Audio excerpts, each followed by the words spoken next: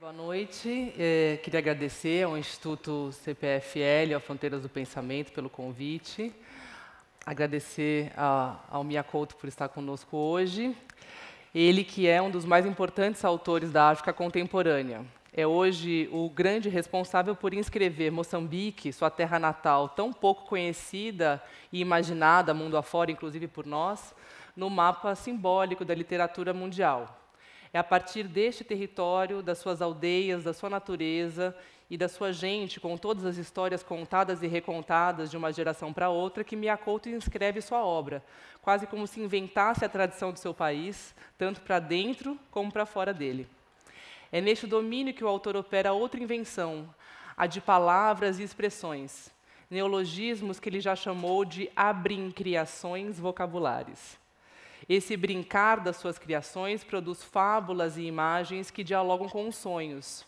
Com isso, a sua obra parece acessar mecanismos de entendimento em seus leitores mais profundos, gerando uma identificação que transcende o território e a cultura e abarca toda a humanidade. Tolstói, o grande escritor russo, disse que se queres ser universal, começa por pintar a tua aldeia. Mia Couto é um filho pródigo deste conselho. Mia, obrigada por estar conosco. Quem é Mia Couto? Pelos outros a gente sabe. Quem é Mia Couto por ele mesmo? Bom, isso é a pior pergunta que me podem fazer, porque eu acho que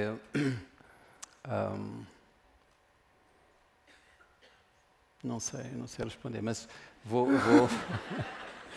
dizem eu queria começar com a melhor, desculpa. Mas provavelmente eu sou, usando agora a frase do Tolstói, eu sou filho dessa, já nem é uma aldeia, eu sou filho de uma cozinha, quase, né? Uma casa encantada, de facto, porque era uma casa onde se contavam histórias e essas histórias transformavam aquele lugar numa outra coisa, só que não era uma coisa, não é? Sou filho de imigrantes, e os imigrantes precisam de resgatar esse sentimento de pertença, não é? Precisam de se sentir em casa, não é? Então eles usavam as histórias como um barco, faziam essa travessia.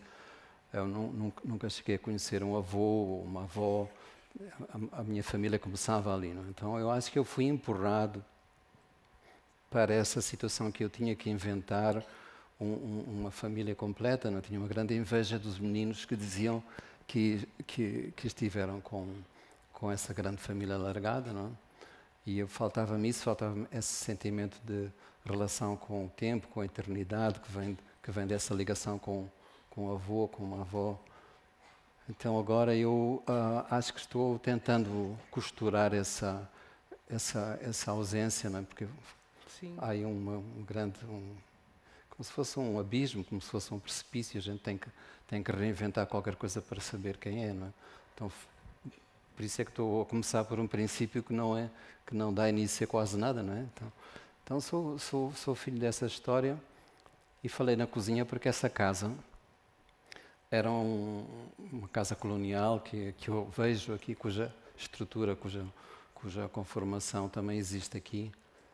E era no chão dessa cozinha que eu me sentava para fazer os deveres de casa, não é?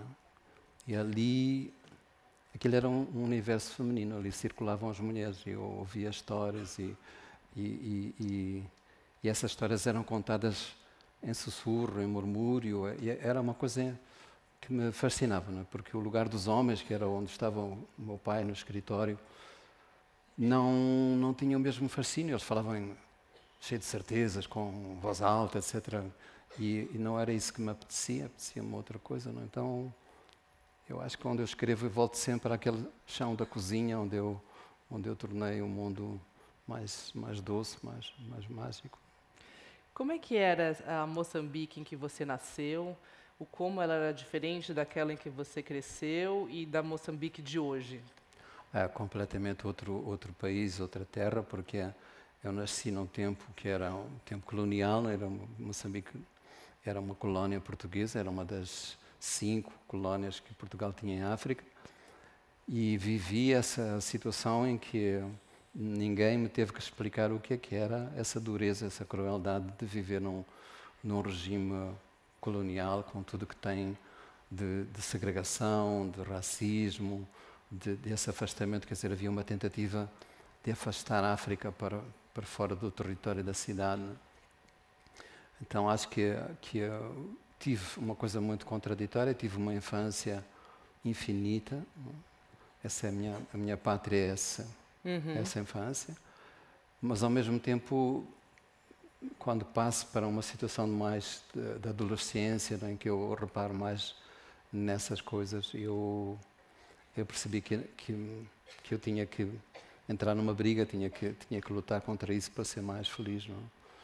Então, eu tinha 17 anos quando saí da minha cidade, fui para a capital.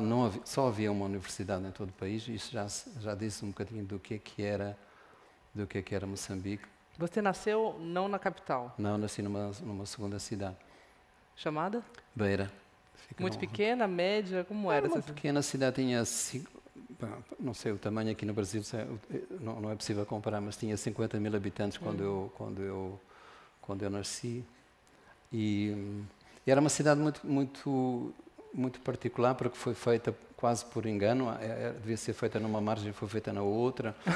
Então, quer dizer, aquilo, eu digo a brincar que tenho, em vez de ter uma terra natal, tenho uma água natal, porque aquilo inundava completamente, aquilo era completamente inapropriado para se construir uma cidade. Então, acho que essa coisa de nascer num lugar que está ali por engano já e que nos obrigava a sonhar sempre, a sonhar ser outros, não é? Estar no outro lugar, marcou-me muito. Eu tinha que inventar uma família, tinha que inventar um lugar, e isso me ajudou a viajar. Não é?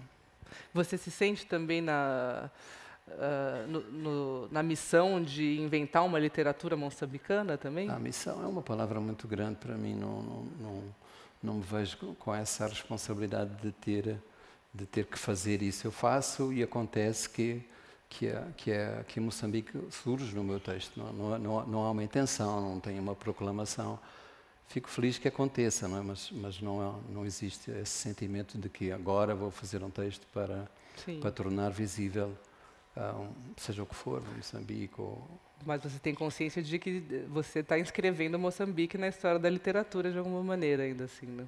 Eu quero fugir a essa consciência, mas tenho ideia que sim, mas sinto que não sou sozinho. O que eu acho que o escritor tem que ter consciência é que não é ele que importa, o que importa é a obra que ele está a fazer, se é que importa, não é? Porque se o escritor, isto acontece com toda a gente, mas se o escritor se toma muito a sério, ele fica muito chato. O escritor só se toma a sério no momento da escrita. Antes e depois, ele simplesmente está aqui para escutar o mundo, não? Para escutar os outros. Você já disse que você não se sente muito confortável nessa caixinha que você chamou da literatura, em que as pessoas tendem a se levar muito a sério. Como é que é ser um escritor que não se leva tanto a sério? O que é ser esse escritor que não se leva tanto a sério? Bom, é sobretudo saber que eu faço uma espécie de contrabando e sou mais feliz quando... Não é mentira. Sou tão feliz num momento como outro, mas é muito importante deixar de ser escritor. É tão importante ser como não ser. E não sendo escritor, se está disponível para relacionar com os outros de uma outra maneira, para receber o mundo de uma outra maneira, para ter um olhar mais plural, mais aberto, não é? Porque aquilo, seja qual for a profissão, se a abordarem a si como jornalista, há uma parte da Fernanda que fica de fora, não é? Você não é só jornalista, não é? E quando se é escritor, e há eu já sei que aquele primeiro momento é um momento que se fala sobre... A grande pergunta é, então, qual é o seu próximo livro? Eu posso não querer ter próximo livro, posso querer não ser escritor naquele momento. Então, acho que se eu pudesse... eu quero ser muitas coisas, exatamente para não ser nenhuma. Eu sou biólogo, sou escritor, dei aulas, fui jornalista, etc. E trabalho com teatro, trabalho com grupos culturais. Tento-me distribuir para ver se eu fico distraído com essa coisa de ter uma identidade única só. você usa com frequência o estou, né? Estou escritor, estou...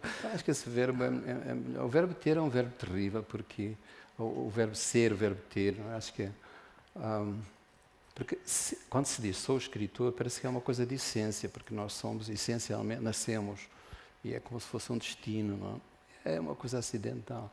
E falei do verbo ter também, porque o ter ainda é um verbo talvez mais equivocado, porque a gente diz que tem filhos, tem uma esposa, tem um marido, não temos nada disso, não nos pertence, temos que inventar um verbo para dizer melhor desta relação, que não é uma relação de posse, é uma relação só. Você que é tão pródigo em inventar palavras, já conseguiu achar uma para substituir o ter de maneira mais apropriada? Não, mas acho que esta noite vou fazer isso. Voltando um pouco a Moçambique, que você falou, você viveu o processo de independência do país de uma maneira muito ativa, né? Você participou da Frente de Libertação de Moçambique. Conta um pouco essa história. Como você se engajou nessa militância? O que ela trouxe para a sua vida e para a sua obra? Bom, eu quando saí para ir estudar medicina, era um grande equívoco, eu queria ser psiquiatra. Felizmente para a medicina, felizmente para mim, não aconteceu nada disso. E quando eu me mudei para a capital, eu já sabia que eu não ia estudar, sabia que eu ia fazer outra coisa. E essa outra coisa era uma espécie de uma entrega que eu tinha para uma causa, eu tinha uma crença naquela altura. Isso era uma enorme felicidade, porque a gente tinha uma ideia, nem que fosse ilusória, mas era uma ideia que nos tomava completamente.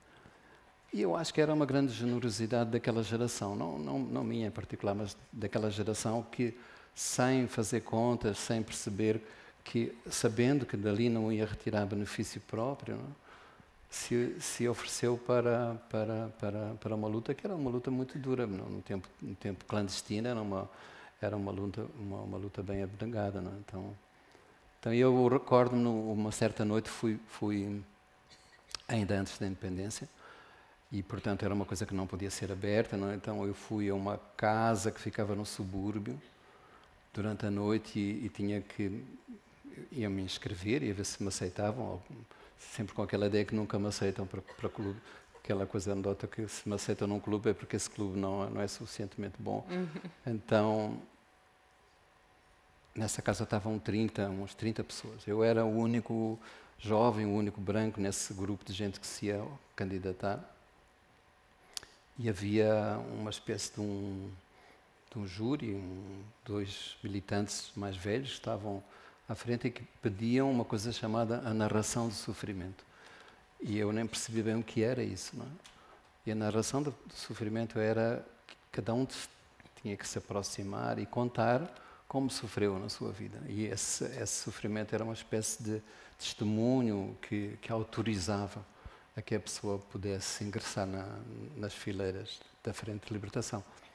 E eu via aquela gente passar e relatar sofrimentos que para mim, nem sequer se podiam imaginar. Eu comecei a pensar, felizmente foi o último, porque eu comecei a pensar, eu não sofri nada na vida, porque havia gente que tinha estado presa, torturada, passado fome, miséria, eu era um privilegiado.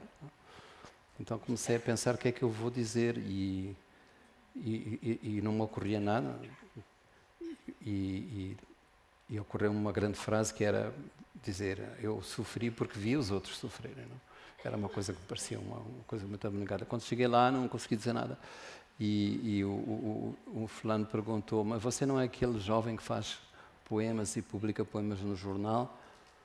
Então, pode entrar, precisamos de poesia.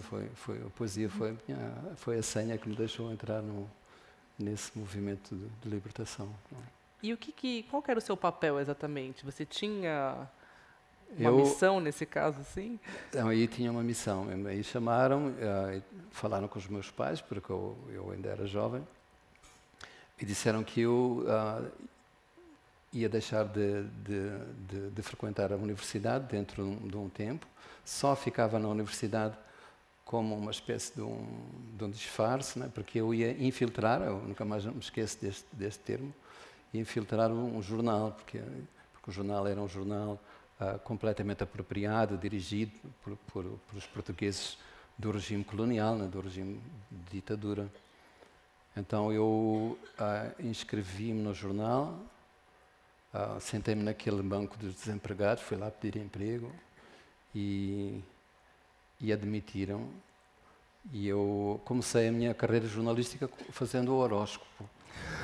Foi muito engraçado porque naquela altura não havia, claro, estas comunicações que há agora.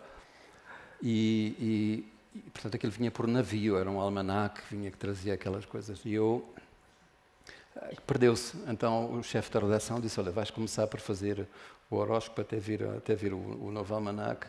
E eu disse: mas como é que se faz? Ele disse: olha, vai ver os outros atrás, né, aquilo. E copia. E eu fazia aquelas coisas, não é?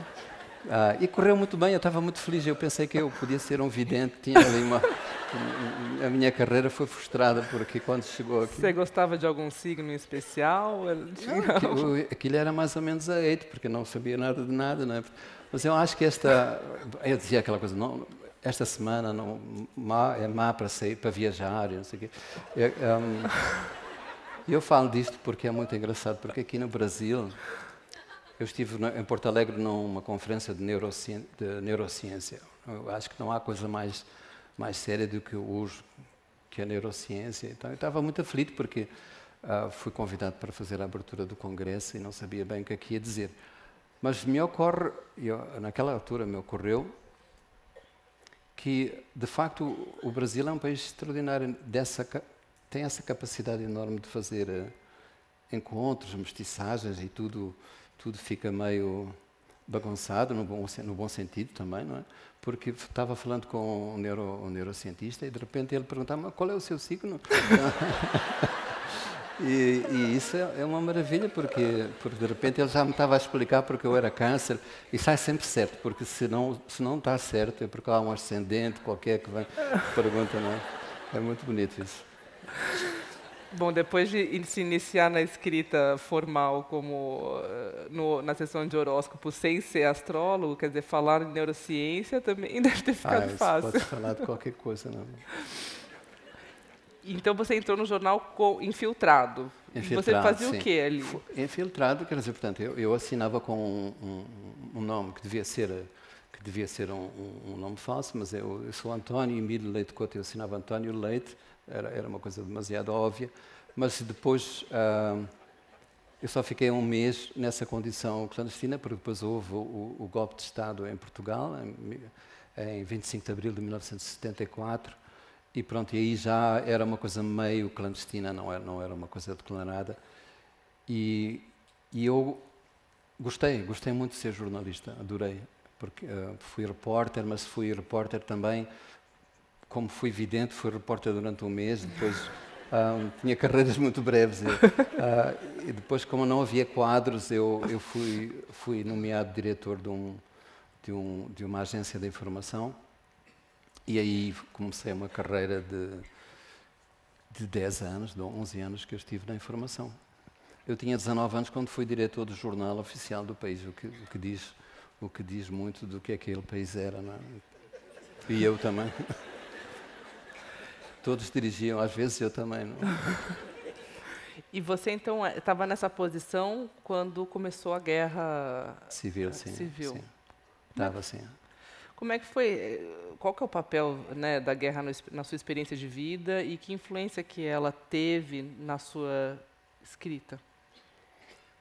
Bom, a guerra é um assunto que me custa falar até agora, porque a guerra é uma experiência que convida a uma desistência. Não é? Depois, aqui foram 16 anos de guerra. 16 anos de guerra em que morreu 1 milhão de pessoas, morreram amigos meus, colegas jornalistas meus.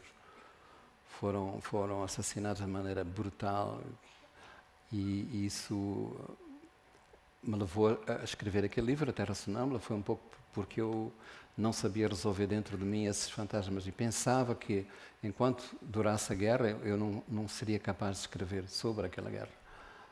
Mas não aconteceu assim, porque em 1992 eu terminei aquele romance em 92, no mesmo ano, a guerra terminou.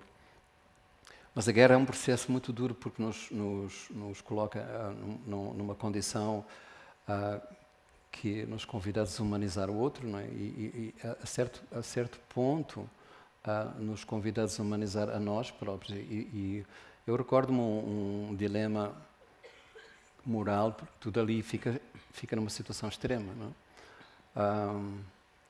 Mas um dilema moral que eu tive na minha vida, porque eu era militante de uma causa, que era uma causa para construir uma sociedade nova, socialista, etc. Depois percebi que isso, quando comecei a visitar os países socialistas, percebi que aquilo era um grande equívoco, porque ninguém queria construir o que se dizia. Mas naquela altura eu tinha crença, não é? E tinha filhos, e não havia nada a comer. A gente saía de dia de casa e as lojas estavam todas vazias, com esta obsessão de nos perguntarmos a nós próprios o que é que a gente traz para casa, para os nossos filhos, não? E para nós também. Eu recordo, às vezes havia uma fila, saímos de manhã a pé e havia uma fila e perguntávamos o que é que estão a distribuir e as pessoas diziam é peixe ou leite, e não se sabia. Então ficávamos ali 1 hora, 2 horas, não podíamos ficar mais tempo. E saímos com uma cesta, deixávamos a cesta que se diz aqui no Brasil Sim. também, com uma pedra lá. E quando voltávamos do serviço, a cesta estava no mesmo lugar, respeitando-se a ordem na fila, coisa que agora não era possível. Portanto, essa ideia de que a miséria material leva à miséria moral não é sempre verdadeira.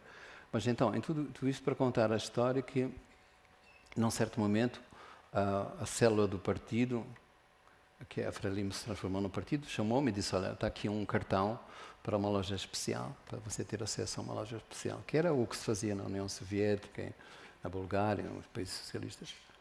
E eu, com uma grande dignidade, disse, olha, não quero, rejeito este cartão, eu não lutei para isto.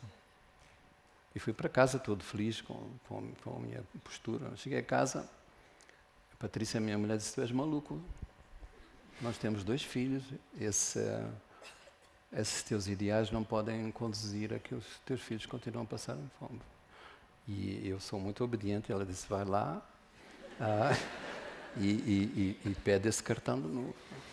E para mim era uma coisa terrível, era uma humilhação enorme eu voltar lá. E fui salvo porque ela no dia seguinte, como médica, também tinha direito lá a uma outra loja.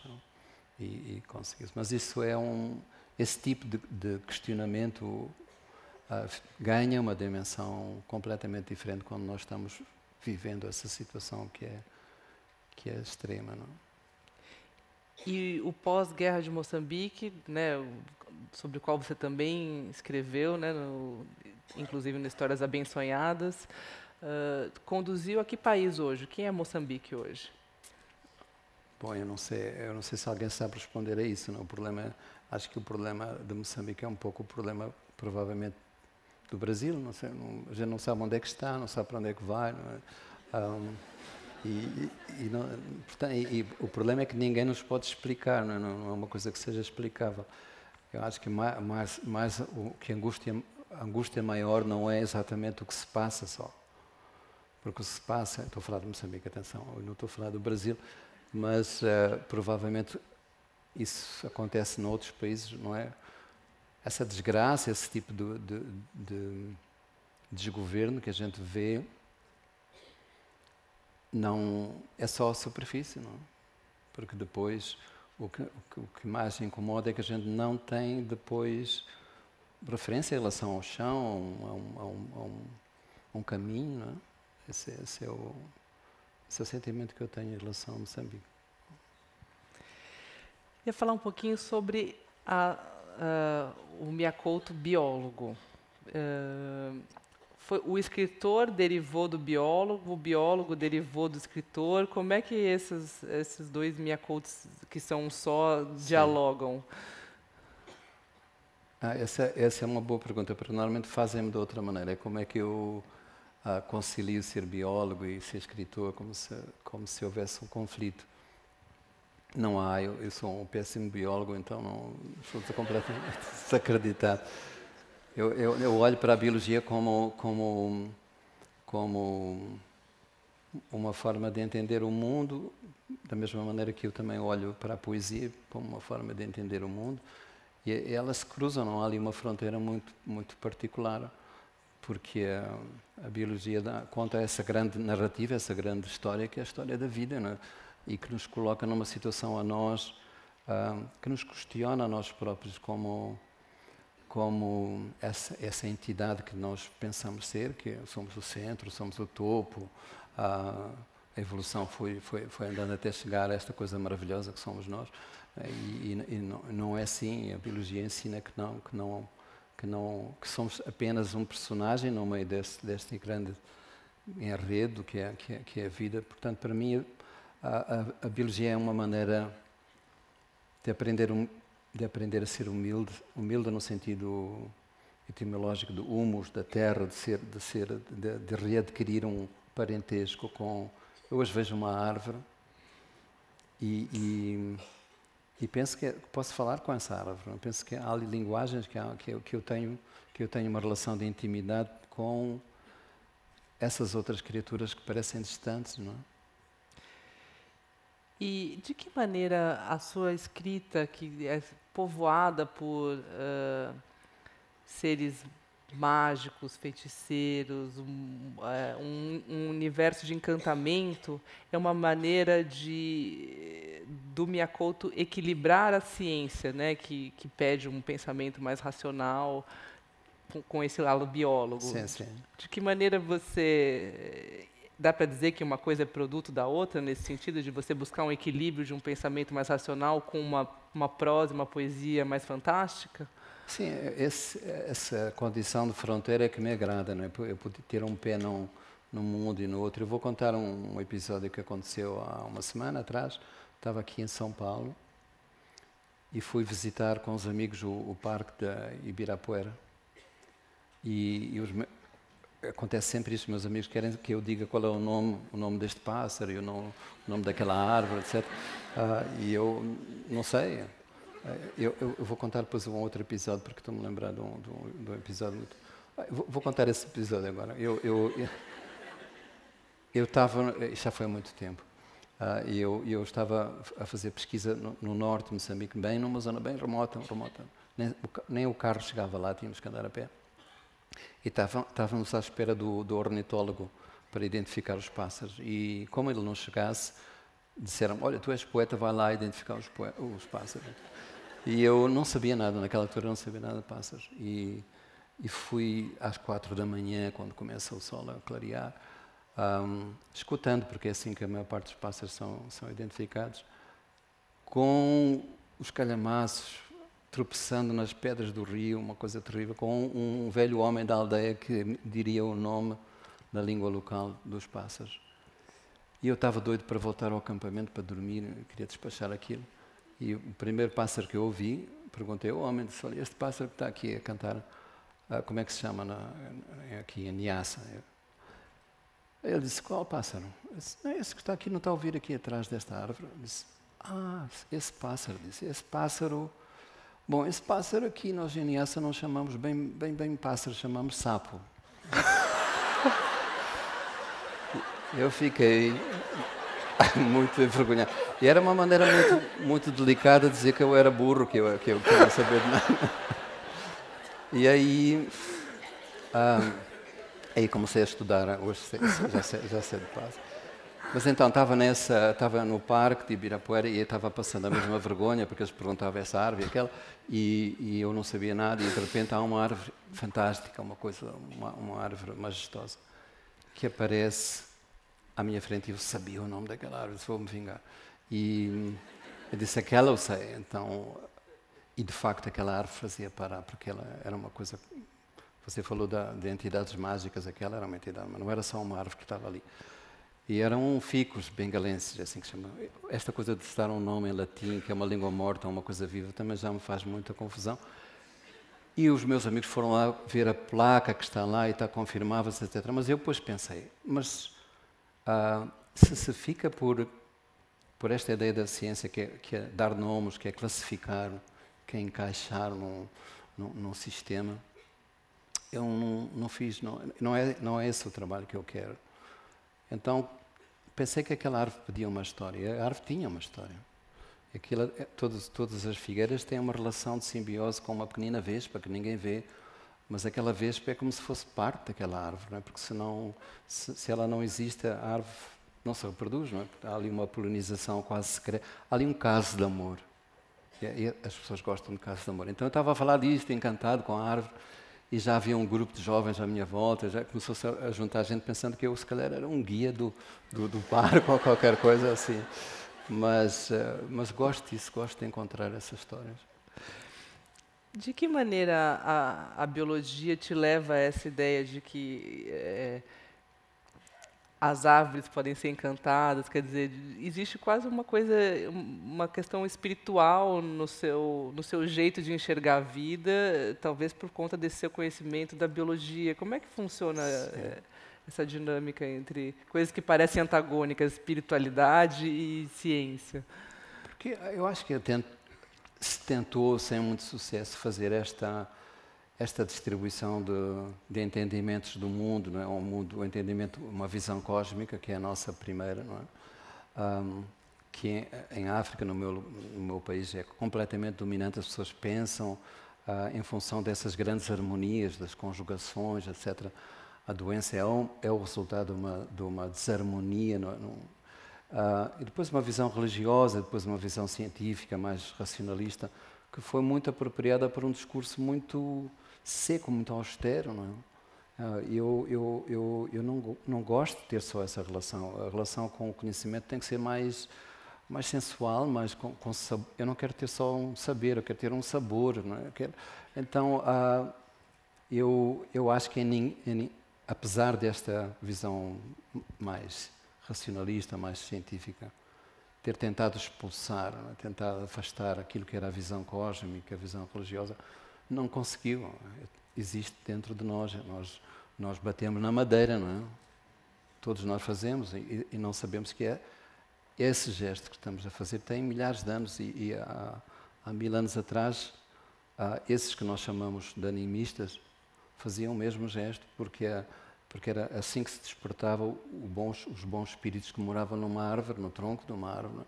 Então, felizmente, ninguém é completamente só uma coisa. Não é? Nós estamos misturando, às vezes misturando muito mal, porque este domínio desta coisa que a gente chama científica e não é uma visão mais mecânica do mundo, porque de repente há uma tentativa de explicar o mundo à maneira de Descartes, uma maneira cartesiana, né, que se arruma o universo como se fosse um mecanismo, engenhos, engrenagens, etc. E querem explicar um organismo como o nosso dessa maneira. Não é? Portanto, quando eu estava no congresso dos neurocientistas, eu estava em pânico, porque eu estava com receio de que a maior parte daqueles trabalhos que estavam a ser apresentados ali traduziam essa maneira de olhar o cérebro como uma máquina, não é? E há aquela grande analogia que se faz entre um cérebro e um computador, que é uma coisa completamente estúpida, porque no dia que a gente for reduzido a essa lógica, deixamos de ser... Aqui é uma coisa que está mecanizando o homem, está humanizando a máquina. Nós dizemos do computador que ele fica infectado por vírus, por exemplo. Nem percebemos que isso não se diz, quer dizer, que isso não se diz, não se pode pensar. Quando a gente pensa, atribui a uma máquina aquilo que são, digamos, atributos de um organismo, há qualquer coisa que está profundamente errado. Quando a gente compra, eu fui ver à internet, compra-se robôs de companhia, compra-se animais de estimação de companhia, como se fosse tudo a mesma coisa, não é? Eu já me estou a estender demais. Não, por favor. Sim. Então, já nem sei de onde é que eu comecei. Não é? Vamos continuar, então, ainda na pé da biologia. Foi ela que também te trouxe, você se formou em ecologia, né? Sim, então, sim. Talvez, a gente estava falando sobre a questão da espiritualidade, de como você vê isso, essa presença na natureza e como isso está muito presente também na sua obra, né? E você veio criticando a ideia de que a humanidade tem trilhado um caminho racional, positivista. Qual que você acha que é a consequência dessa predileção por esse tipo de pensamento e uma certa negação de um pensamento que você chamou de cósmico, mas que também O problema... Posso Por favor. falar? Desculpa, Fernando. Imagina. Então, eu acho que o problema não é... Obviamente, a visão cartesiana, mecanicista do mundo é válida. Eu não teria esta caneta, não teria o computador se não existisse isso, não é? A propósito, vou fechar a caneta agora. Mas o problema é como é que isso se tornou hegemónico, como é que isso tentou afastar as outras visões. E a maneira como se olha outras sabedorias, com uma certa arrogância, não é? Porque, por exemplo, se você falar com um camponês moçambicano sobre este congresso do cérebro, ele vai dizer, mas o cérebro, nós pensamos com o corpo todo, não é só o cérebro, e provavelmente este camponês está mais certo hoje, mesmo, digamos, se quisermos validar isso pelo discurso científico, ele tem mais razão porque hoje se percebe que esta coisa de dividirmos o sistema nervoso, o sistema endócrino, o sistema imunológico, imunitário, foi uma construção e todos esses sistemas têm funções cognitivas, ajudam a reconhecer o próprio, os outros, etc. Portanto, quando um moçambicano rural olha com estranheza esta ideia de que pensamos só com o cérebro, eu despedi-me de um velho que encontrei, um velho caçador, e eu estava com o meu filho. Era noite, estávamos num acampamento e ele ouviu eu dizer ao meu filho, adeus, dorme bem. E ele disse, você nunca diga isso. Você diz adeus a quem vai dormir ao seu lado. A pessoa não vai embora. E ali havia todos nós fazemos, todos nós em casa despedimos dos nossos dizendo adeus, não é? E para ele aquilo era uma coisa que o arrepiou muito, porque estamos perante então uma outra consciência do que é a presença, não é? Uma outra ideia de presença. E ele dizia, para nós, uma pessoa deixa de estar presente se não está desperta. Mas para ele, essa existência noturna que nós temos é tão importante como a diurna, porque estamos sonhando. E o sonho é tão importante como a vigília, não é? Então, eu acho que o viver naquele universo me ajuda nos dois sentidos, da biologia, numa outra consciência do mundo, de uma linguagem metafórica que me ajuda muito a pensar o mundo de outra maneira. E de que maneira a sua atividade cotidiana como biólogo permitiu a você tomar contato com todos esses mitos de tradição oral moçambicanos que você disse que contrabandeia, de certa maneira, para a tua literatura? E de que maneira você elege quais escutas que você faz no campo vão ser transformadas ou vão ser retrabalhadas no seu livro, na sua literatura?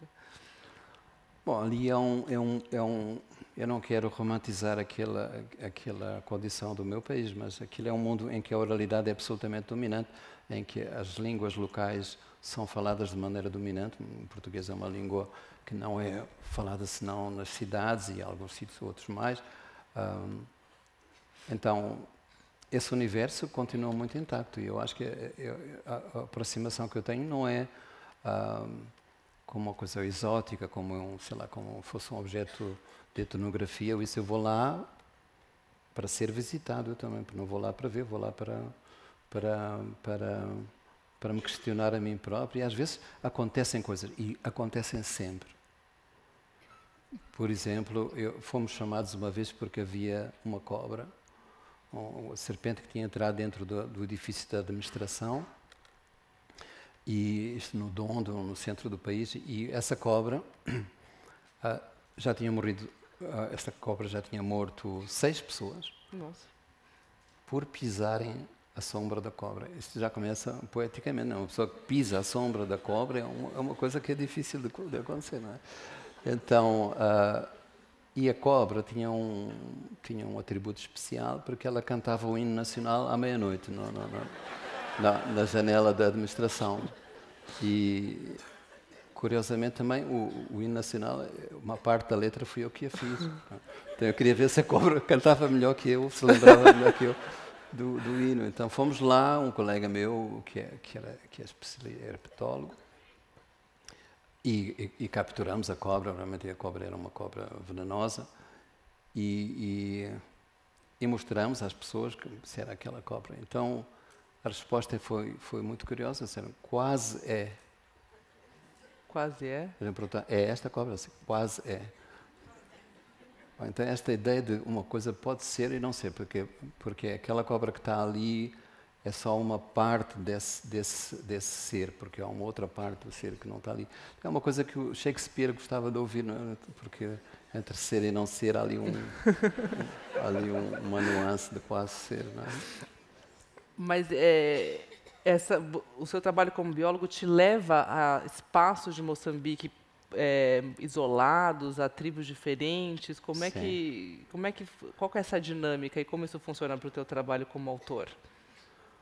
Não, ali há 25 povos diferentes, com 25 línguas diferentes e com ecossistemas e habitats completamente diversos. Eu agora já não faço tanto isso, não é? Porque agora estou mais a fazer um trabalho que eu não gosto de dirigir a equipe de trabalho que eu tenho. Mas durante muitos anos fiz e quando posso ainda faço. E é realmente uma viagem telúrica. Eu penso sempre no Guimarães Rosa sentado lá no seu cavalo e tomando notas, porque é um universo que está ali vivo, como se aquela terra... Bom, ao jeito que ele descobriu, o sertão do Guimarães Rosa não estava ali, não é? Ele inventou, criou na sua própria linguagem, não é? Mas não faria isso se não tivesse tido esse contacto. Então, acho que eu fiz um livro, por exemplo, A Confissão da Liô, vivi essa situação em 2008, estava numa zona muito remota e, de repente, de noite, eu estava numa tenda, aquilo é o mais remoto que se pode imaginar. Eu estava numa tenda e vieram-me dizer que havia um homem morto, que eu devia ver o que era aquilo. E fui lá e aquilo era o início desse processo de leões atacando a aldeia e matando pessoas, devorando essas pessoas. Não é? Portanto, é uma coisa inconcebível, o medo que eu tive naquela altura, não é? Fechando o zip da tenda e sabendo que o leão estava ali. E nesse momento eu peguei num desses caderninhos e comecei a escrever e não sabia o que eu estava a escrever. Eu estava completamente cheio de medo, tremia tanto que eu acho que não, mesmo que eu soubesse que estava a escrever, nunca mais decifraria a minha própria letra, não é? Mas o curioso é que eu encontrei nesse ato de escrever o meu último refúgio. Era como se a tenda não existisse. Eu estava refugiado porque estava transformando em fantasia, em ficção, essa realidade que eu não poderia suportar. Não?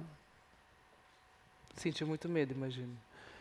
Não, eu senti, é um medo que não pode ser descrito, porque pensar que em pleno século XXI há pessoas, algumas das quais só foi um homem morto, o resto foram 25 mulheres que foram mortas, e que esse território que a gente pensa que está vedado, que é o nosso território, onde reinamos humanos, se torna frágil e há esse medo atávico, esse medo tão antigo de ser devorado por um bicho, é uma coisa que nunca pensei.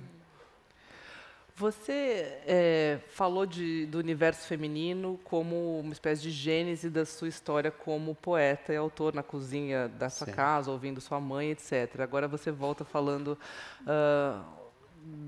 do quão os leões vitimando muito mais mulheres do que homens, o que talvez denote um pouco a condição, uma certa fragilidade maior da mulher. E você já criou protagonistas mulheres, para as quais você disse ter tido que enfrentar um medo de dialogar com a sua mulher interior. Uma Certo. mulher que todos temos, que todos somos, pelo menos um X nos cromossomos nós temos. Como é que foi esse encontro com a sua Meu lado mulher, feminino. a sua mulher interior? Sim. Eu cheguei a escrever um texto que chamava Mulher de Mim, que eu acho que está no segundo livro de contos. Porque quando eu tenho que começar a construir, nos primeiros livros, os personagens femininos, eu sentia que havia ali uma dificuldade, não é? Porque eu sou de uma geração que tinha uma construção da sua masculinidade muito clara, não é? Ser homem é isto, então não pode chorar. Quando eu me comportava de uma maneira mais frágil, com sentimento mais à flor da pele, dizia, parece uma menina, etc. Isso era bem claro da minha geração. Então, eu pensava como é que eu ia chegar a essa verdade de não falar sobre uma mulher, mas de ser essa mulher. Então, conversava com amigas, falava com mulheres, etc. Mas não foi isso, realmente percebi que tinha que ser um exercício interior, porque eu tinha medo dessa fronteira, tinha medo de deixar de saber quem eu era, tinha todos esses medos que eu carregava, que foram produzidos em mim. Acho que às vezes basta deixar de ter medo, não é? Basta o quê, perdão? Deixar de ter medo. Acho que a gente resolve problemas porque foram inventados, porque foram criados, não é? E o medo é uma grande fabricação, é uma grande fábrica para criar essas falsas identidades, não é? Vemos o que está a passar no mundo hoje, não é? Uhum. A gente tem medo dos outros porque receia que esses outros acabem com a nossa própria identidade. Você já falou também que a gente tem construído fortalezas onde deveríamos construir pontes, muito por uma questão de medo, que a gente tem aprisionado as nossas identidades dentro de condomínios fechados, com segurança privada na porta. Sim. Por que chegamos até aqui, na sua opinião? O que tem conduzido o homem nessa direção? Não sei, porque é que fez eleger o Donald Trump como presidente dos Estados Unidos da América, não é? Eu acho que essa construção do medo é absolutamente vital para que a gente perceba que é necessário deixar de pensar, por exemplo, porque se tornamos absolutamente entregues a quem se propõe defender, a quem se propõe proteger, não é? Precisamos dessa ideia de um grande pai, de uma grande mãe, e precisamos disso ontologicamente. Quer dizer, repara, você deve saber. Eu tenho agora, tive filhos, tive netos, fui uma criança. Quando o meu neto se machuca, ele vem a correr para mim, quase sempre não é para mim, é para a mãe ou para a avó, e exibe a sua ferida. E aí começa um processo de encenação. É um teatro, não é? Porque ele mostra a ferida, e a ferida que ele quer mostrar não é aquela que está no dedo, é uma ferida maior, é um desamparo, ele precisa de sentir essa presença tranquilizadora de uma mãe, de um pai, não é? Precisa de perceber aquela voz, aquela sombra, não é? E a mãe participa nesse jogo, se for a mãe ou o pai, não é? E sopra na ferida e diz umas palavras, não interessa qual for a palavra, mas a mãe sabe que está a ser cúmplice de uma invenção, não é? É esse processo que eu acho que fica marcado para sempre. Nós precisamos de sentir que a situação de segurança que nos é proposta por sermos de um país, por sermos de um lugar, está assegurada, e há um sentimento que hoje isso não acontece, não é?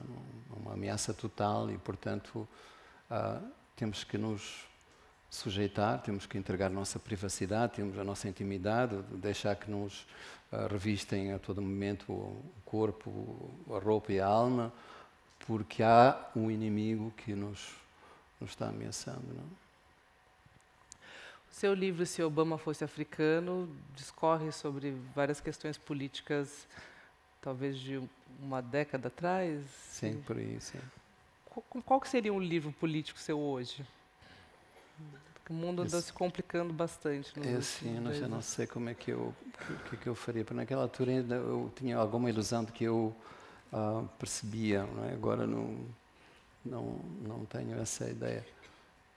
Mas eu organizei esse livro através de intervenções que eu fui fazendo, de pequenos ensaios.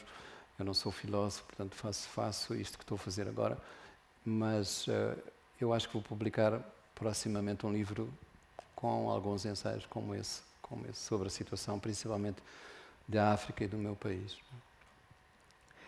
Quando a gente fala, hoje em dia a gente já tem uma ideia de que quando a gente fala em África, a gente está sendo reducionista e simplista de alguma maneira, porque é um continente muito diverso, com vários países, centenas de culturas. A gente incorre no mesmo erro quando a gente fala de Moçambique, quer dizer, existe uma identidade moçambicana ou são muitas? Como é que se constrói um país a partir de sem uma identidade única?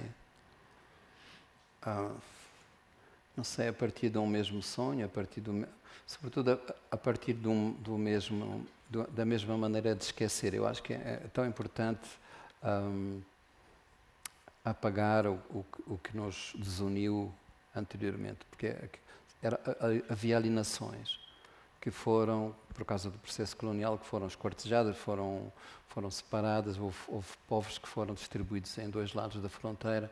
Portanto, não há um processo endógeno, digamos, natural, que leva à construção daquela nação com aquele contorno. Então, eu acho que há ali um processo começa por um processo de esquecermos todos da mesma maneira. E essa afinação de silêncio. Estou a falar de silêncio porque em África esse silêncio conta de uma maneira que eu não vejo acontecer aqui ou na Europa. Não? Aqui, quando as pessoas estão a conversar e de repente se faz um silêncio, há ali uma incomodidade, há ali qualquer coisa que é preciso preencher. Há um medo de vazio. Não? Em África esse silêncio não causa medo nenhum. Faz parte, é uma coisa que alguém fala naquele silêncio. Não é uma ausência, é uma presença de uma outra dimensão. Então acho que pegando isso como uma metáfora, acho que a forma como Moçambique se construiu através de coisas muito mais concretas, não é através da língua portuguesa, mas sobretudo através de uma língua portuguesa que está sendo apropriada agora por essas várias nações, não é? E é por isso que Jorge Amado tem essa importância em Moçambique, em Angola, etc., do ponto de vista da constituição da literatura, porque uma literatura ajuda a construir uma nação. E quando descobrimos Jorge Amado, nós descobrimos uma outra maneira de dizer o português, uma outra maneira de dizer coisas que a gente queria dizer, os personagens, os sabores, os cheiros, estavam ali. Foi uma revelação. Você já falou de Guimarães e de Jorge Amado. Qual que é a presença da literatura brasileira na tua formação? E como é que ela é lida ou não lida em Moçambique? Que deve ter um público leitor pequeno, sim, imagino. Sim. Curiosamente, o Brasil chegou mais nos anos 60, 70, chegou mais, é incrível, chegou mais na ditadura, porque nas duas, deste lado e de lá, do que chega agora. Não? Agora nós não sabemos o que é que estão a fazer os novos autores. O que é que se faz no Brasil, de novo? Sabemos das novelas, mas não sabemos dos livros, nem muito pouco da música, né? Mas naquela altura e eu devo fazer referência aqui a Chico Buarque, a Caetano Veloso, a Dorival Caymmi, a Elis Regina. Falo nisso porque se pensa sempre que um escritor tem influência de outro escritor só. Eu tive no Brasil, a poesia brasileira me encantou. Sobretudo o João Cabral Melinete foi um grande mestre para mim. Mas essas vozes que traziam essa outra musicalidade na língua foram muito importantes para mim. Quando que você começou a fazer poesia? Não sei. A minha mãe sabia, eu não sei, porque a minha mãe tinha um cuidado enorme, porque ela rezava todos os dias para que não aparecesse mais nenhum poeta em casa dela, porque ela sabia quanto sofria com o marido que tinha, porque ele era um pouco poeta porque ele não sabia viver, não sabia ter contacto com o mundo real, não é? Então ter um marido assim, acho que devia ser um peso muito grave. E me recordo quando eu, agora unindo essa coisa com a biologia, quando eu fui lá, porque eu ia ser médico, e isso era uma coisa que trazia uma grande vaidade à família. E quando eu desisti, foi um grande desgosto, mas quando eu anunciei à minha mãe, disse: olha, mãe, eu vou começar o curso de Biologia. Ela ficou calada, suspirou e disse assim: meu filho, tu já és poeta. Disse isso como se fosse uma doença. E agora vais escolher-te um curso que não serve para nada. Ela era muito sábia. Mas eu não sei quando... Talvez eu tenha começado a ser poeta, portanto, sendo filho de um poeta, não comecei pelos livros. Comecei por... eu acho que eu comecei por uma coisa que aconteceu na escola com um professor. E isso faço aqui uma homenagem ao que pode ser um professor, quando ele não dá simplesmente aulas, mas dá lições. Não é? E esse professor, na escola primária, era um homem alto, magro, muito austero. Uma vez disse que devíamos fazer uma redação em casa, um tema livre, e ele também iria fazer uma redação. E no dia seguinte ele sentou-se numa cadeira pequenina, que ele não cabia lá, e foi um aluno como qualquer outro, foi um menino como nós. Aquilo me impressionou logo muito, como ele, o caderno onde ele tinha escrito a redação, tremia nas mãos dele, como se nós estivéssemos ajuizando o texto dele. E o texto dele falava sobre uma coisa que era as mãos da minha mãe. E aquelas mãos eram as mãos da minha mãe, porque eram trabalhadas pelo tempo, eram mãos de quem não tinha possibilidade de cuidar de si próprio. Não é? E esse encantamento de como é que alguém, falando de uma outra pessoa, estava falando da minha própria mãe, essa espécie de triangulação, esse foi um momento muito mágico, como é que... houve ali um convite que aquele professor se tornou do nosso tamanho, se tornou um menino. Isso foi um grande convite para que eu também escrevesse, fazendo uma redação. Parece que eu ainda estou fazendo uma redação da escola até agora, né? Falando das mãos da minha mãe. Você falou dessa triangulação, como é possível também, queria saber que explicação que você encontra para você escrever sobre universos tão específicos e conseguir uma narrativa que tenha um alcance universal que parece falar intimamente a leitores do mundo inteiro. Parafraseando de novo o Tolstói, onde a gente começou. Mas que fenômeno é esse que permite uma escrita tão particular ser tão universal ao mesmo tempo? Não sei, porque provavelmente somos muito mais parecidos todos uns com os outros, porque estamos vivendo o mesmo drama, o mesmo sonho, a mesma procura, não é? Acho que é um pouco isso. Não sei responder como é que eu acho que é uma questão da verdade consigo próprio. Acho que é possível sentir, da mesma maneira que eu fui capaz de visitar o meu lado feminino,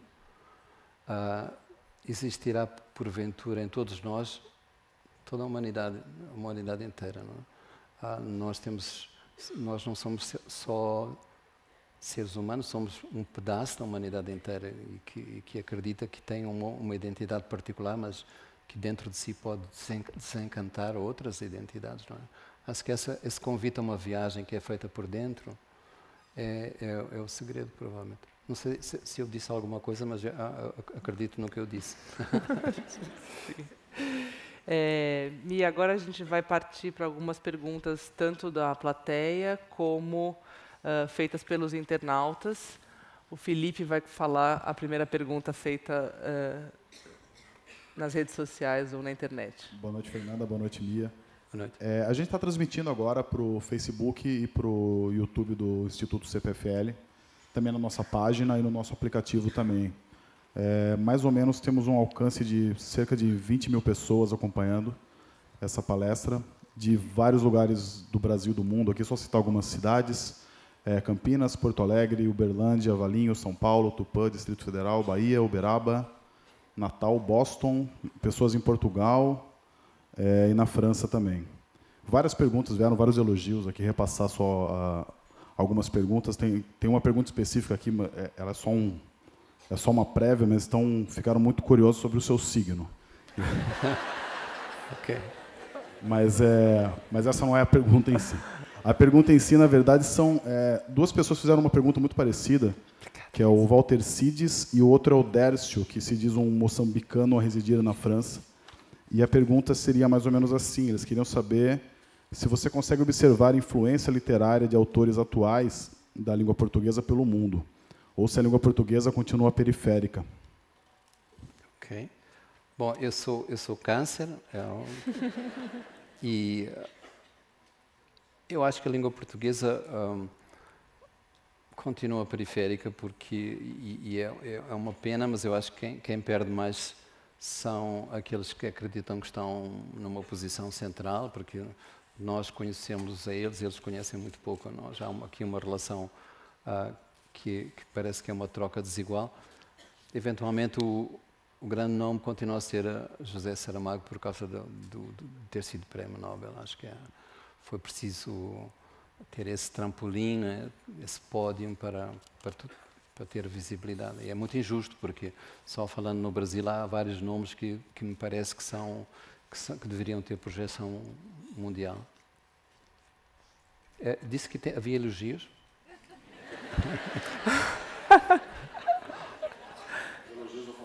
Está ótimo, noutra altura. Você vai fazer mais uma, Felipe? Mais aqui. Por favor.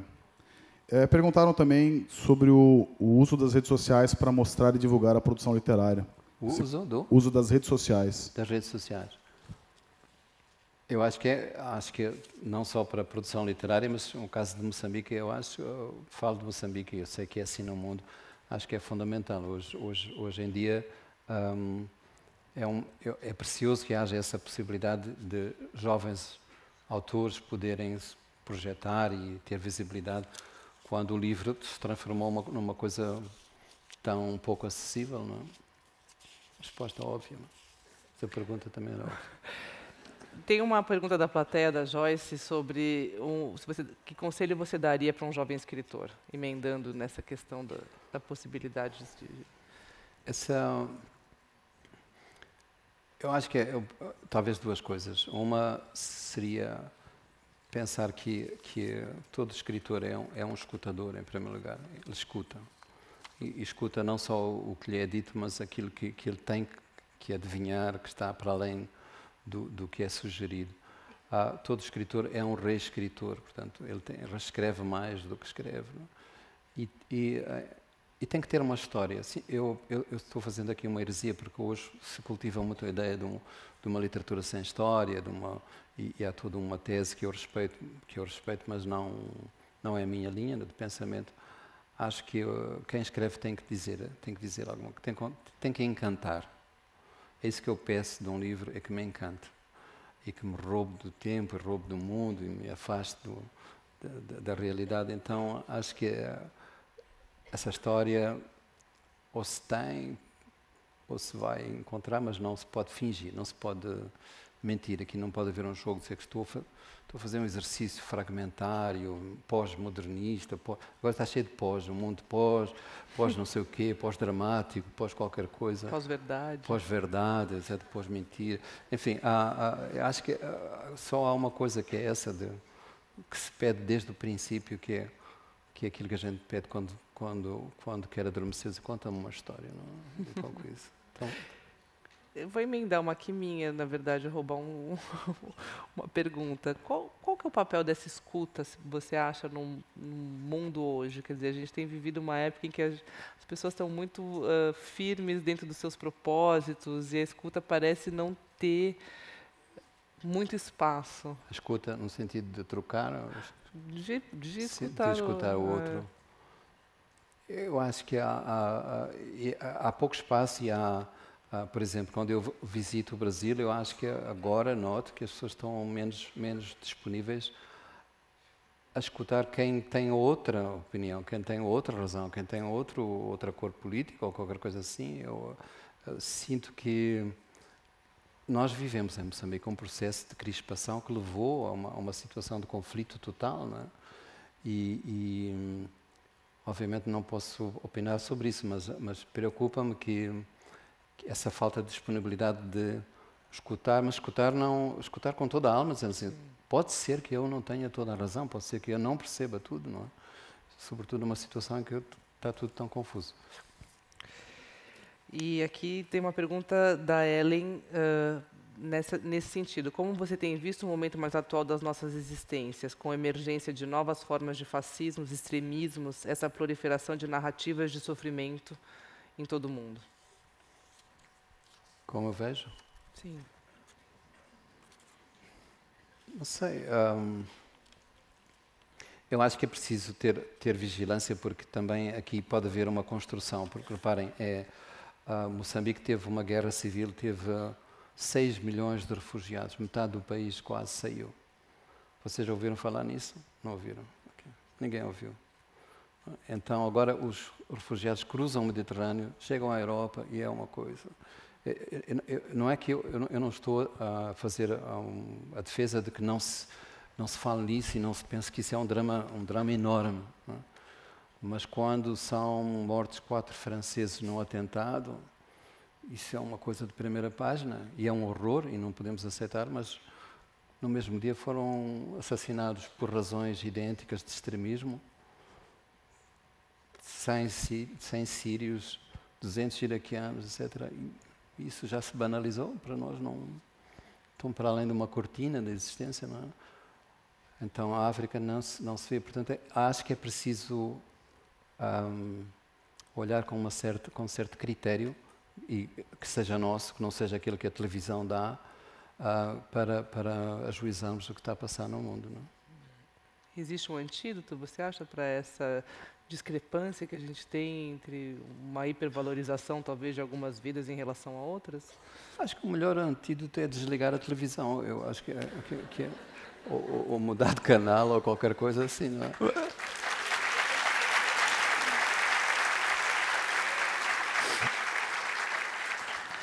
Tem 2 perguntas que eu vou fazê-las juntas. Uma da Carol Tenório. O encontro entre a África tradicional e a África moderna é um tema recorrente nas suas obras. Como esse encontro tem uma relação com você? E a outra pergunta, que parece não ter a ver, mas eu vou fazer uma ponte aqui para que tenha. Muitos grupos de teatro brasileiros encenam seus contos. O que você acha das aproximações entre literatura e a linguagem do teatro? Lembrando que você usou o teatro como uma maneira de divulgar a sua obra, talvez pelo fato de não ter muitos leitores em Moçambique, pelo fato daí você queria saber da linguagem do teatro, ser uma linguagem mais afável naquele momento para aquelas pessoas. Certo, eu vou responder telegraficamente. Quase essa divisão entre o moderno e o tradicional é uma coisa que também é uma construção. Eu acho que eu vejo em Moçambique como é que funciona. O que chamamos tradicional tem uma grande dinâmica, não é uma coisa congelada no passado, que vem um antropólogo estudar. Eu vejo, por exemplo, um reclame, não sei, uma tabuleta que diz, na casa do feiticeiro, que diz telemóvel tal, e diz, por exemplo, eu curo doenças, afasto maus olhados, trago amores, não sei o quê. Tem uma longa lista, desde a asma, tuberculose, lá. Depois no fim tem assim, e tiro fotocópias. que é uma combinação do moderno e tradicional. Teatro, sim, eu fui um aluno do teatro. Eu aprendi, porque não há escola para escritor, então o escritor tem que encontrar maneiras de se questionar a si próprio. E fui um dos criadores de um primeiro grupo de teatro em Moçambique, teatro profissional, que se chama Mutumbela Gogô. E aprendi imenso. Eu fazia os textos, eu não sabia fazer, eu não sei ainda, o texto dramático, e adaptava contos meus e dos outros, e assistir perante um público que nunca tinha assistido teatro, que não era um público no sentido, era completamente uma relação ingênua. era fantástico, era uma grande aprendizagem.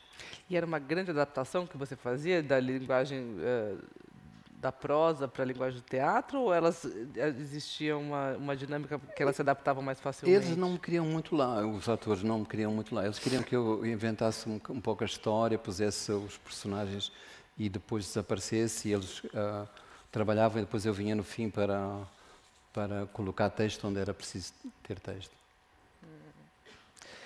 Uma pergunta da Andrea Meneghetti sobre Brasil e Moçambique. O Brasil vive desde sempre o problema marcado pela presença das elites tradicionais nos governos federais, estaduais e municipais.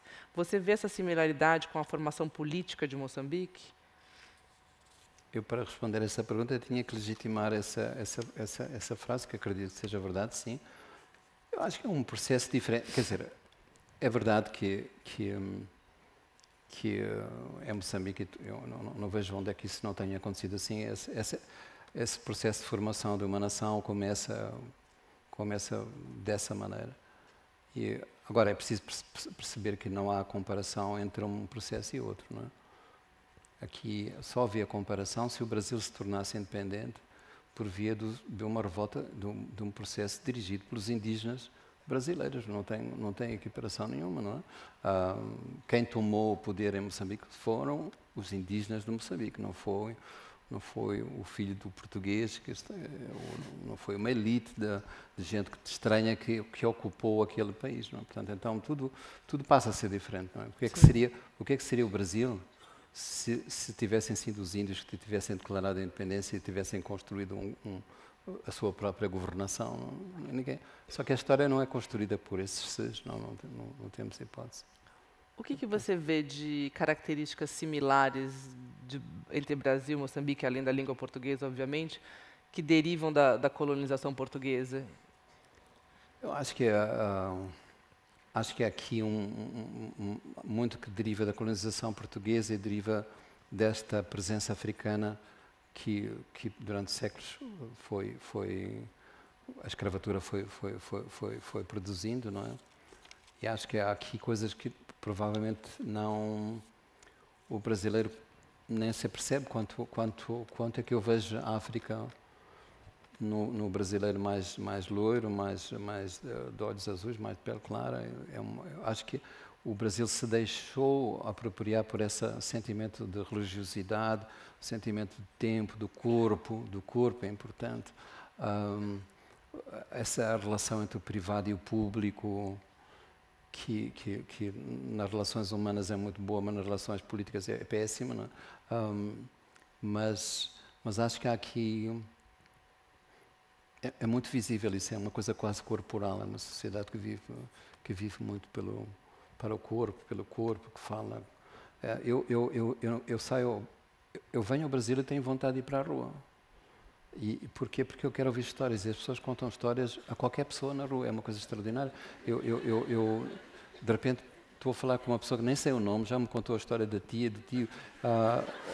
Os taxistas contam imensas histórias, então acho que é isso que eu peço ao mundo, é que me conte histórias. Portanto, o Brasil e a África também é assim. Não? A pergunta da Paula Garcia: o que você acha que o mundo tem a aprender com Moçambique?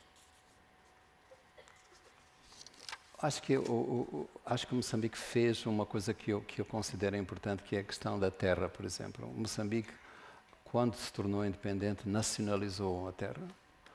E a terra é do Estado, embora agora seja objeto de negócios mais ou menos invisíveis, mas a terra, mesmo esta pertença simbólica, esta relação simbólica com a terra ser das pessoas, não é? Acho que isso resolveu muito o problema da raça em Moçambique. A África do Sul não fez, o Zimbábue não fez, a terra continuou nas mãos de uma minoria branca, etc. E por isso há questões raciais que não foram resolvidas noutros territórios e Moçambique resolveu. Eu acho que aqui, estou a falar de uma coisa que vocês sabem bem também o que é aqui no Brasil, não é? Porque há todo este movimento que pede que se faça a demarcação já das terras indígenas. Quer dizer, é um processo que o Brasil ainda não resolveu inteiramente. Não? 2 livros seus, pelo menos, você trata dessa questão da raça como algo inventado pelo homem, mas que biologicamente não se justifica. Explica um pouco o que é isso e se foi inventado pelo homem, te parece que seja por que propósito? O racismo foi inventado, curiosamente, nas primeiras relações que a Europa tem com a África, não estava tão presente, porque não é a raça que produz o racismo, é quase sempre o inverso, é o racismo que produz a raça. Então, esta coisa de se tornar a raça do outro ser importante para criar uma identidade, e essa identidade ser sempre uma maneira de classificar ou de desclassificar o outro, nasceu um pouco mais tarde, na relação colonial. Não é? Eu estou a falar só da relação com europeus e africanos, mas a raça existe, tem uma existência social concreta, porque a pessoa que tem raça sabe que na rua e que na vida concreta, na vida cotidiana, ele tem que tomar consciência disso, sobretudo se é de uma raça que é discriminada, que é segregada. Não é? Portanto, hoje o discurso de dizer ninguém tem raça, não venha com essa coisa da afirmação, etc., é um discurso confortante, reconfortante para quem não é discriminado, mas para quem é discriminado eu acho que há um momento primeiro de afirmação e pelo menos os africanos tiveram que fazer isso. Passou um certo momento. Houve um momento que a literatura africana, por exemplo, insistia nisso, dizer, olha, nós temos história, temos cultura, somos tanto como os outros. Não é? Esse momento passou, porque essas coisas têm o seu tempo, e hoje os africanos já escrevem sobre o que quiserem. E já não têm que provar que são qualquer coisa porque não precisam dessa prova. Biologicamente não faz sentido, na nossa espécie não existem raças porque basicamente se estiver aqui uma pessoa de uma outra raça, seja ela qual for, e nós que somos chamados brancos, caucasianos, hoje já temos medo de dizer coisas. Eu fui à Alemanha e havia a tradutora estava em pânico porque estava a traduzir este meu último livro da trilogia e tinha sido muito criticada porque tinha usado a palavra negro ou preto e queria saber o que é que eu tinha para sugerir, porque ela, escrevendo um livro passado no século XIX, que era com personagens racistas que só podiam tratar o outro dessa maneira discriminatória, ela foi muito criticada por leitores e por associações cívicas, não sei o quê. E a solução, eu perguntei, mas qual é a solução? Ela disse, eu pensei numa palavra que seria excessivamente pigmentado, para dizer. É extraordinária, disse, olha, se for assim, o meu livro não fica publicado. Não quero que o meu livro seja publicado assim. Então, nós estamos doentes, adoecemos muito. E a terapêutica do politicamente correto ainda complicou mais este assunto em ver.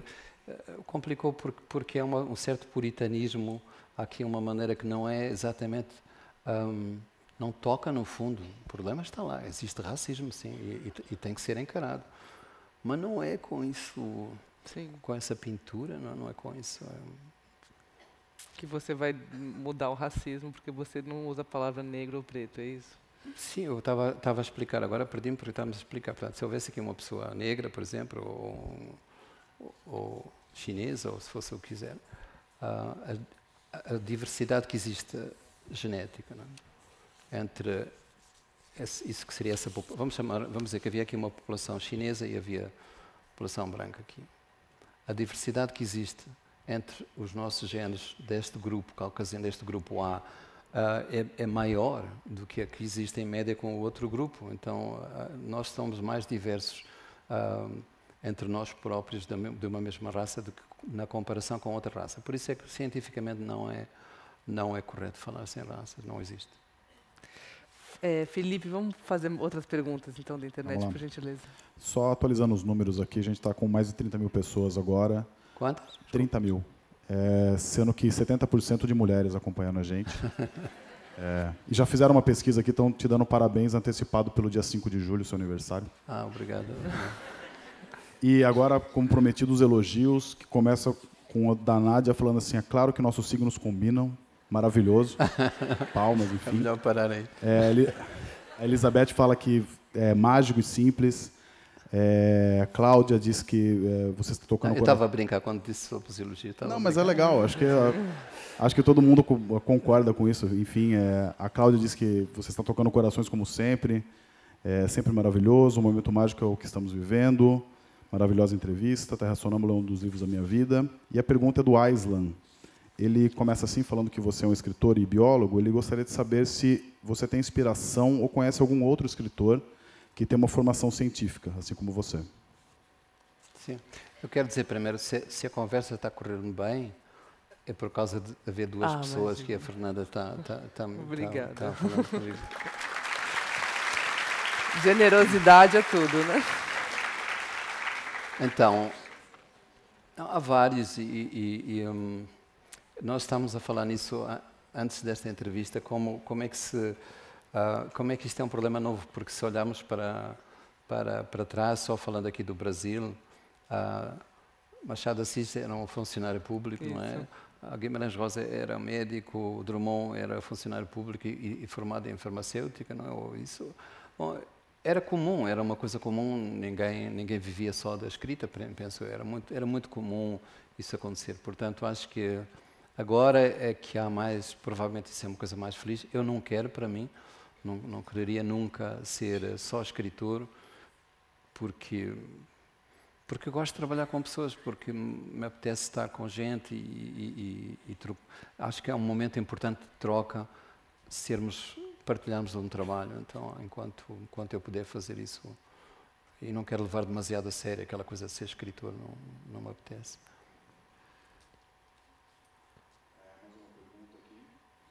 A pergunta do Pietro, ele disse, na verdade, ele queria saber como lidar com a solidão da poesia. Como lidar com a solidão na poesia? Da poesia. A solidão da poesia. Mas existe uma solidão da poesia? Eu não estou a perceber bem essa pergunta. Não sei, porque para mim parece-me que existe uma solidão na vida, quer dizer, a poesia... por isso é que é importante saber se é na poesia ou só da poesia. Da poesia. Porque eu acho que a poesia é exatamente o oposto. A poesia cria pontes, cria um sentimento de presença. Não, teria que falar com essa pessoa para perceber melhor a solidão dessa pessoa. Eu vou fazer só mais uma, então, aqui, aproveitando da Cíntia. Ela diz assim, como você consegue tempo para escrever em um mundo de tantas demandas? Como consigo tempo para escrever em um mundo de tantas demandas? Eu acho que a questão do tempo, como eu resolvi, eu não preciso de mais.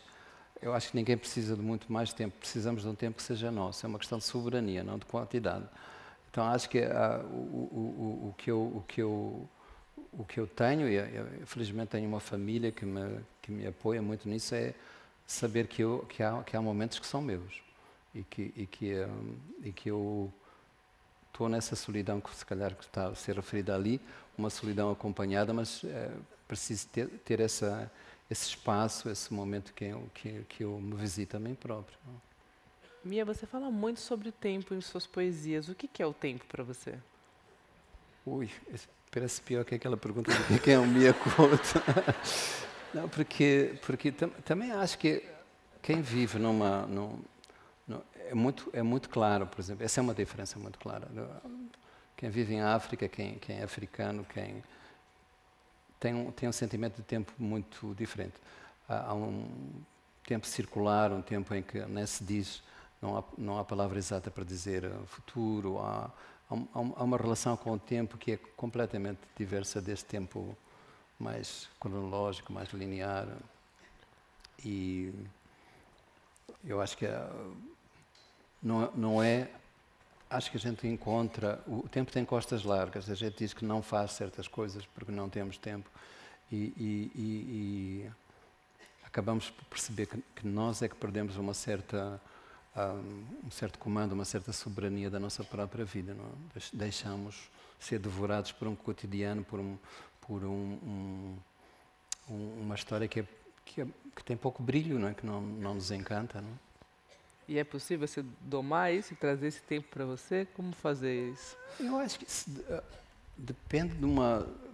Cada pessoa encontra o seu caminho, mas eu acho que depende da maneira como estamos disponíveis para os outros, não é? Porque, digamos, se eu vou passear eu tive a triste ideia de passear na Avenida Paulista durante a parada gay e eu percebi aí porque é que se chamava parada, porque eu estava completamente parado, não podia circular, foi uma coisa que nunca imaginei. Foi uma má ideia no sentido de ter encontro com alguém, porque aquilo era tanta gente, não se encontrava ninguém. Mas eu gosto de passear, como disse aqui, gosto de passear no sentido de estar disponível, de querer esse encontro com o outro, não é? E acontecem coisas exatamente porque, às vezes, a minha família diz assim, mas é mentira, não te aconteceu isso? Infelizmente ou felizmente, é verdade, porque acontecem-me essas coisas porque eu estou aberto, não estou fechado, não estou numa situação de defesa, não sei, sou meio parvo. Mais uma pergunta da plateia. Você fala bastante em sonhos, seus livros estimulam a nossa imaginação. Qual o papel do sonho e da imaginação para o nosso trabalho de contribuir para a transformação do mundo? Bom, eu acho que a gente olha o sonho como uma maneira estranha, porque como aprendemos a ter medo daquilo que não percebemos, o sonho, e ainda bem que existe o sonho nessa dimensão, o sonho foi arrumado ali num sótão, está fechado numa coisa que se chama inconsciente, ou uma coisa subterrânea, né? Parece que só se abre a porta dos sonhos se nós os interpretamos a partir da nossa própria consciência. Eu acho que a África faz muito o inverso, não é? Ela interpreta o mundo a partir dos sonhos, que é diferente, não é? E essa disponibilidade para sonhar, não é? E para acreditar que os sonhos nos dizem qualquer coisa. Há aquele momento de fronteira em que se está naquele limiar, né? Estamos adormecendo ou acabando de acordar, para mim é o mais produtivo, porque há ali uma ausência de filtro. Eu vejo coisas que não... Eu resolvo problemas, resolvo livros, faço poesia nessa situação, nessa penumbra, né? nesse limite. Né? E qual que você acha que é o papel disso para a transformação do mundo?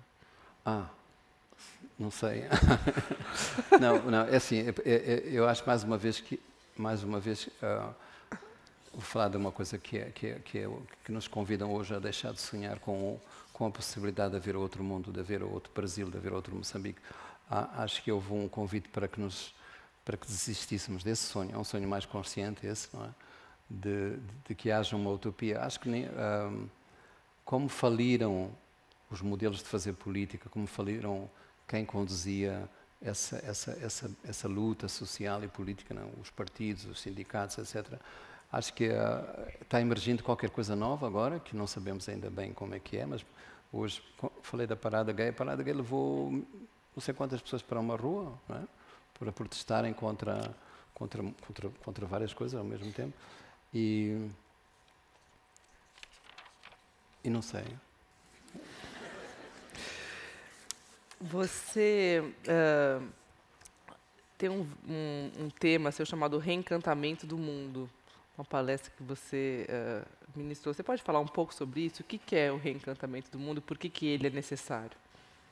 Acho que eu já falei nisso. Acho que quando nós deitamos fora do bar, quando nós estamos essa visão mais encantada, mais cósmica do mundo, nós deitamos fora uma parte de nós próprios, não é? Porque quando eu falei daquela coisa da cozinha, eu lembro-me, por exemplo, a minha mãe costurava, fazia a nossa própria roupa.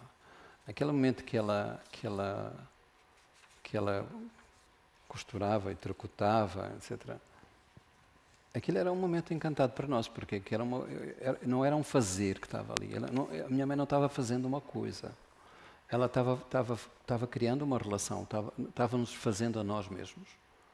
E esse encantamento, essa produção de um laço solidário, de um laço familiar, quando se cozinhava, quando se costurava, quando se caça, por exemplo, os caçadores caçam e contam histórias e fazem cerimônias e ritualizam isso.